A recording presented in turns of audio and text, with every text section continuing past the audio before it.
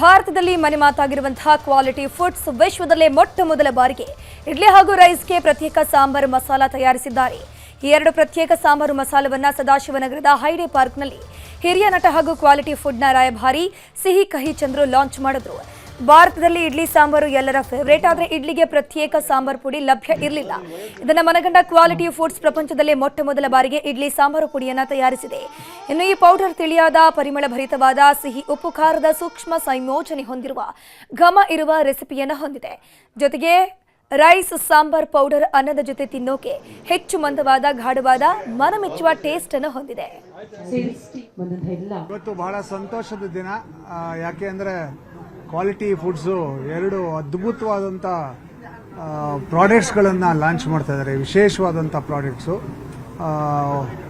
ಇಡ್ಲಿ ಸಾಂಬಾರ್ಗೆ ಬೇಕಾಗಿರ್ತಕ್ಕಂಥ ಒಂದು ಪೌಡರು, ಹಾಗೆ ಊಟದ ಸಾಂಬಾರಿಗೆ ಬೇಕಾಗಿರ್ತಕ್ಕಂಥ ಒಂದು ಪೌಡ್ರು, ಎರಡು ವಿಭಿನ್ನವಾದ ಪೌಡ್ರ್ಗಳನ್ನು ಮಸಾಲೆಗಳನ್ನು ಇವತ್ತು ಲಾಂಚ್ ಮಾಡಿದ್ದಾರೆ. ಅದ್ರ ಜೊತೆಗೇ rasam powder, bisibele bath powder, puliyogare mix ಇವೆಲ್ಲವನ್ನು ಕೂಡ ಲಾಂಚ್ ಮಾಡಿದ್ದಾರೆ.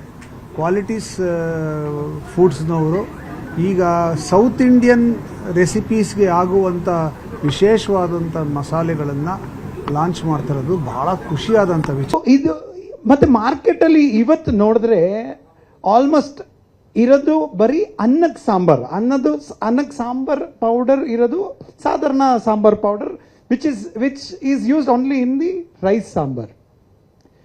ಆವಾಗ ಕೂಡಲೇ ನಮ್ಮ R&D ಟೀಮ್ ರಿಸರ್ಚ್ ಲ್ಯಾಬಲ್ಲಿ ನಾವು ಈ ಪಾಯಿಂಟ್ ಹಾಕ್ಬಿಟ್ಟು ಏನಕ್ಕೆ ನಮ್ಮ ಜನಂಗೆ ಈ ತೊಂದರೆ ಇರೋದು ಸಮಸ್ಯೆಗೆ ಸೊಲ್ಯೂಷನ್ ಕೊಡಬೇಕು ಅಂತ ನಾವು ಇದು ಮಾಡಿದ್ವಿ.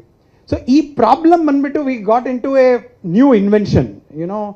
ಇತಿಹಾಸಕ್ಕೆ ಇದು ಒಂದು ನ್ಯೂ ಇನ್ವೆನ್ಷನ್.